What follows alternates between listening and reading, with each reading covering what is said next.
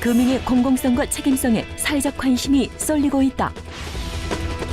수익성과 경제성 중심의 시장 논리에서 한 발 나아가 금융 소비자를 보호하고 서민 금융을 활성화하는 방향으로 정책의 초점도 변화되고 있는 상황이다.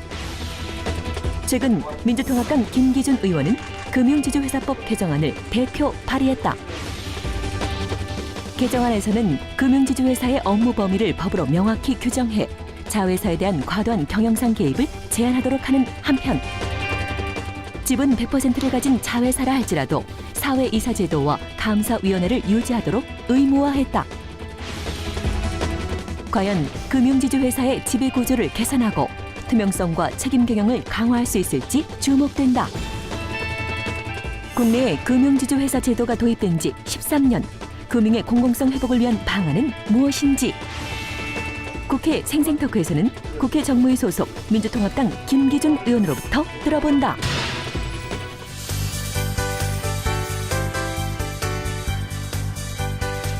안녕하십니까. 국회 생생토크 장진영입니다. 금융의 공공성이 갈수록 강조되고 있습니다. 금융의 경쟁력만을 강조하는 시대는 지났고요. 이제는 불합리한 금융 제도와 관행을 개선하고 그리고 서민 보호를 위한 금융 환경을 조성하는 것. 이것이 시대적 과제로 떠오르고 있습니다. 오늘 생생토크에서는 국회 정무위원회 소속 민주통합당 김기준 의원 모시고 금융의 공공성과 관련된 내용 자세히 짚어보도록 하겠습니다. 김 의원님 어서 오십시오. 안녕하십니까? 예, 안녕하세요. 네. 우리 김 의원님은 외환은행 노조위원장을 지내셨고요. 금융노조위원장도 지내셨네요. 25년간 노동계에 몸담으셨다가 네. 작년에 이제 정계에 입문을 하셨는데요. 예. 제가 이렇게 오늘 뵈니까 노조위원장이라는 타이틀하고는 조금 이미지가 예. 좀 다르신 것 같아요. 예, 그런 얘기 많이 들었습니다. 네. 노조 활동을 할 때도 네. 노조위원장답지 않다 이런 얘기를 주변에서 교수님 들었는데, 같아요, 교수님. 예, 그런 얘기 들었습니다. 그래서 제가 그렇게 답변을 했죠. 네. 그래서 노조를 하게 됐다. 노동조합 위원장 하면은 예. 좀 우락부락하고 뭔가 좀 생떼를 주로 놓는 뭐 그런 사람으로 좀 많이 센 인식하고 감성의 있는데, 이미지죠. 네. 그런데 그렇지 않고도 예. 노조위원장을 할 수 있다는 것을 보여주기 위해서 계속 노동운동을 했습니다. 그러셨습니까? 네. 그래서 금융노조 인정을 받으셔서 금융노조 위원장까지 하신 것 같아요? 예. 조합원들이 다른 것보다도 진정성에 대해서 많이 인정을 해 주셔가지고 네. 금융노조 위원장까지 하게 됐습니다. 예. 자, 그 외환은행이 그 사연이 많은 은행인데요. 이제 거기서 노조위원장도 하셨고 그러다 보니까 경제, 노동, 금융 뭐 이쪽에 이제 삼박자를 두루 갖춘 전문가다 이런 평가가 있는 것 같습니다. 지금 작년에 이제 정계에 입문을 하셔서 예. 의정 활동을 해오고 계신데 지난 1년을 돌아보면 가장 역점을 두어서 활동을 펼치신 부분은 어떤 부분일까요? 예, 제가 뭐 세계 분야의 두루 전문가라고 네. 평가받기는 좀 과도한 측면이 있고요. 네. 다만 세 가지 이 분야에 네.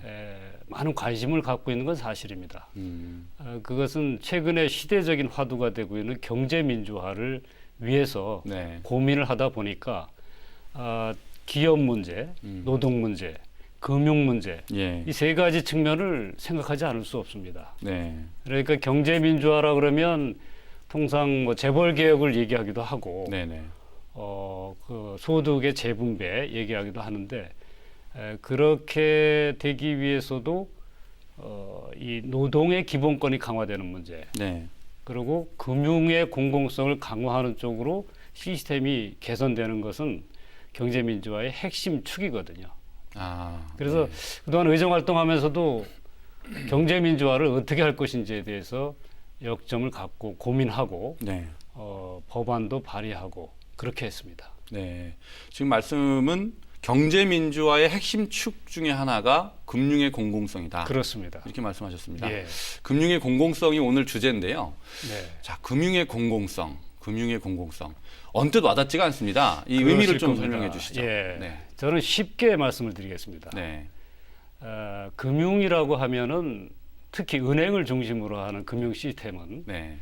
자금의 중개를 하는 기관입니다. 예.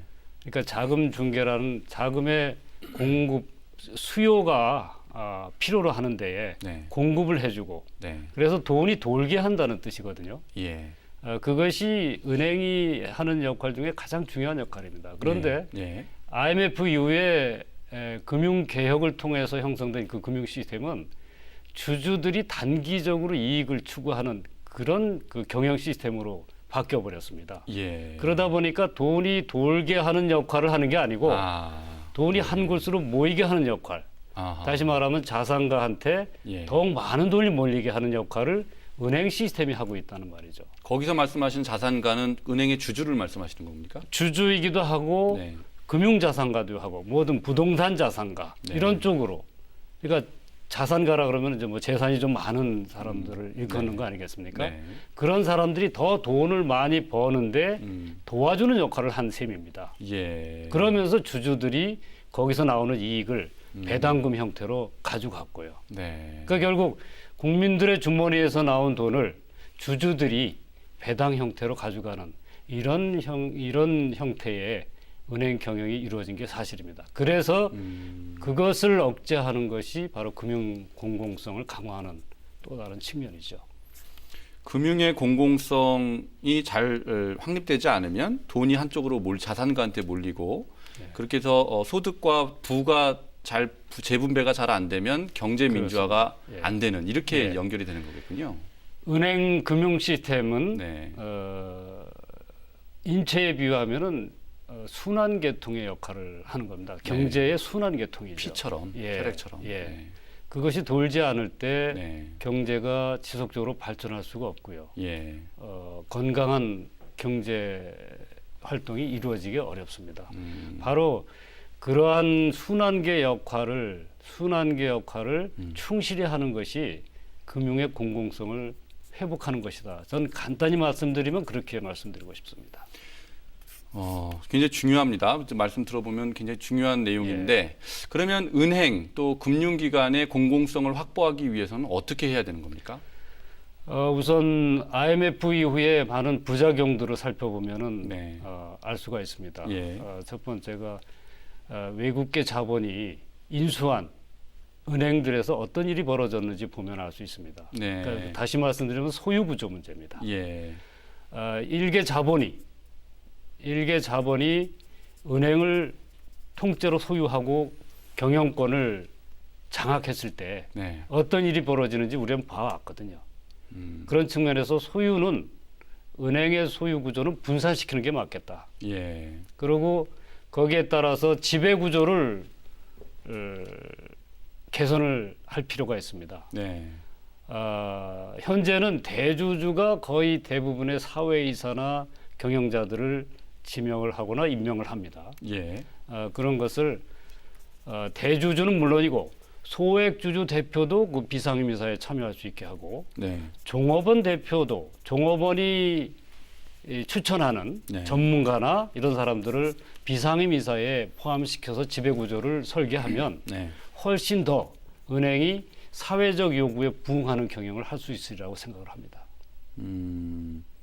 그러면 지배구조 개선을 통해서 금융의 공공성을 확보하는 방법. 소유 구조 개선, 네. 지배 구조 개선. 소유 구조, 지배 구조. 예, 거기에 더 한다면은 금융 정책의 방향을 네. 패러다임을 바꾸는 것이 필요합니다.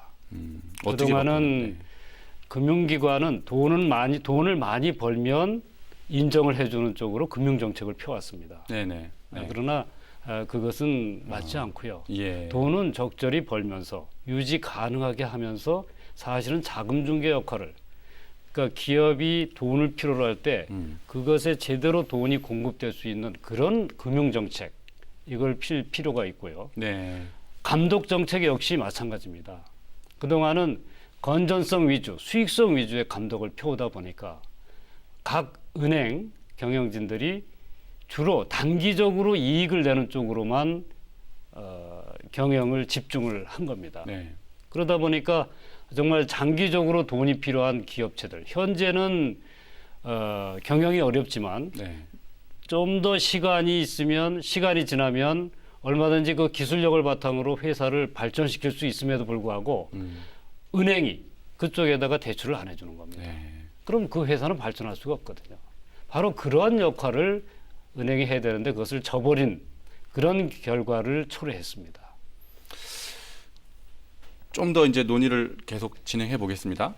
우리 김 의원님께서 금융 지주회사법 개정안을 발의를 하셨습니다. 이것도 아마도 금융의 공공성과 관련된 법안인 것 그렇습니다. 같은데요. 예. 이 내용을 보니까 금융지주사의 업무 범위를 제한하는 게 골자로 되어 있습니다. 네. 자, 그러면은 금융지주회사의 어떤 업무를 제한을 하는 걸로 돼 있고 그 이유가 뭔지 좀 궁금합니다. 현재 지주회사가 왜 문제가 되느냐면요. 네. 옥상 5개 기구로 네. 존재하면서 책임은 지지 않고 권한 행사를 하고 있습니다. 네. 모든 이를테면은 A라는 금융지주 회사의 자회사로 네. 은행이 하나 있습니다. 예. 이 은행의 모든 경영에 지주회사 회장을 포함한 임원들이 간섭을 하고 예. 개입을 합니다. 예. 구체적인 경영 목표 설정은 물론이고 거기에 인사 문제 또는 거기에 영업 방식의 문제까지 모든 그 은행의 경영에 간섭을 하고 과도하게 개입을 하고 있습니다. 예. 그러다 보니 그럼에도 불구하고 이 결과에 대한 책임은 지주회사의 책임자가 책임을 지는 게 아니고 은행 자회사 대표가 자회사 임원들이 책임을 지게 됩니다. 모럴 해저드 현상이 나타나는 경영과 책임이 분산되는 분리되는 문제가 생기는군요. 그렇죠. 권한과 책임이 네. 분리가 되는 네. 것이죠. 예, 그래서 많은 폐해가 발생을 하고 있습니다. 네. 그러한 폐해를 억제하기 위해서 네. 제가 발의한 법안의 내용은 현재 시행령으로 그런 간섭과 개입을 허용하고 있는 것을 시행령을 폐지하고 네. 모법인 금융지주회사법에 지주회사가 자회사에 행사할 수 있는 권한을 최소화해서 명시하는 그런 형태로 법안을 발의했습니다. 그렇게 되면 애초에 그 금융 지주 회사를 도입한 취지가 있지 않습니까? 그 취지도 그러한 취지로 돼 있습니다. 그러한 취지로 돼 있는데 네. 이것이 이명박 정부 하에서 네. 시행령으로 바꿀 수 있으니까 네. 그 시행령을 계속 업무에 개입할 수 있는 그런 범위를 계속 확대해 나간 것이죠. 그래서 결국은 4대 천왕이라는 말이 나오지 않았습니까? 4대 천왕이 어떤 의미인가요? 그러니까 금융지주회사, 큰 지주회사 네 군데. 네 군데의 네, 네. 회장이 친이명박 인사인데다가 막강한 권한을 휘둘러서 금융 전체를 장악하고 있다 해서 4대 천왕이라는 말까지 있군요. 예, 말이 돌았습니다. 자, 그러면은 말씀하신 것은 금융 지주 회사를 도입한 원래 취지로 돌아가는 것이 바로 이 법안 개정안의 핵심이다 이렇게 보면 되겠나요? 그렇습니다. 네. 그것이 네. 또 네. 원래 취지이기도 하고 시대가 그 당시 지주회사가 만들어졌던 그 시대하고 네. 지금하고 많이 차이가 있습니다. 대형화, 겸업화를 취지로 했지만 그런 것이 이제는 많은 문제가 있다. 이렇게 지금 평가받고 있거든요. 그런 측면에서 그런 부분에 대한 문제의식도 담고 있습니다. 자, 이제 우리 김 의원님은 그렇게 보시긴 하는데 혹시라도 그 금융 지주 회사의 원래 도입 취지가 이제 이런 거 아닙니까? 뭐 은행 금융기관을 대형화 시키고 또 겸업화 시켜서 경쟁력을 높인다. 그래서 또 대신에 그 경쟁력을 높이는 반면 경영 위험은 좀 분산시키고 이런 게 이제 금융 지주 회사의 네. 도입 취지인데 예. 말씀하신 법안이 통과가 되면 이런 부분에서 좀 저해가 되지 않을까요? 장애가 생기고? 그렇다고 생각하지는 않습니다. 네. 지금 말씀하신 그런 취지, 네. 그런 취지도 지금 아까 말씀드린 대로 퇴색이 많이 됐습니다. 그 그 당시에 그 13년 전이죠. 예. 13년 전에 세계 글로벌 시장의 상황, 금융시장의 상황과 네. 지금 상황은 아주 달라졌습니다. 지난 2008년 세계 금융위기 이후로 네. 미국, 영국을 포함한